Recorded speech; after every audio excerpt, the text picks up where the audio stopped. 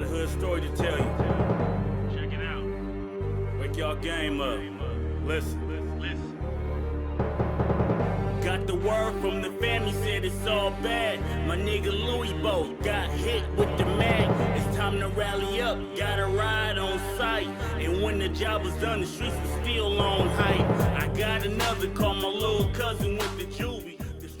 Growing up in the suburbs was a life of comfort and security. I attended a prestigious private school, had both my parents around, and was deeply connected to my family. Despite this idyllic upbringing, there was a magnetic pull towards something entirely different, the world of hip-hop gangster rap. It was as if this genre spoke to a part of me that craved the excitement of a life I hadn't lived. I'd immerse myself in the lyrics, letting my imagination run wild. I daydreamed about the gritty streets, the struggle, and the rise from poverty. I envisioned myself in the shoes of those who had faced adversity head-on. When I reached 10th grade, my personality began to shift. I started writing my own hip-hop gangster rap, crafting stories of a life I hadn't experienced.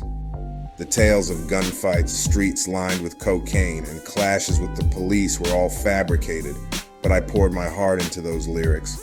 As my writing continued, I honed my craft and eventually ventured into the studio. My persona transformed into that of a studio gangster, projecting an image that felt authentic to me. It was exciting, and the recognition I gained was validating. I received my first royalty check, and instead of making responsible choices, I indulged in the dangerous allure of the streets. I bought a pound of cocaine, a decision fueled by a misguided desire to fully immerse myself in the life I'd only rapped about. I hit up YouTube to learn the ins and outs of the drug trade, from breaking it down into smaller quantities to distribution. I became convinced that I was living the life of a real gangster.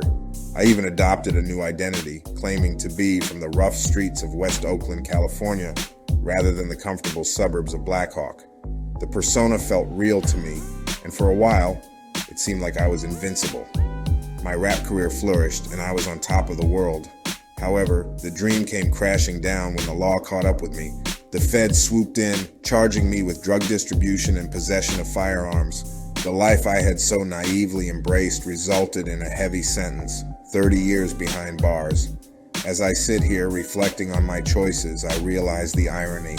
The life I had craved, the one I rapped about, the world I had romanticized, had become my reality, but not in the way I had imagined.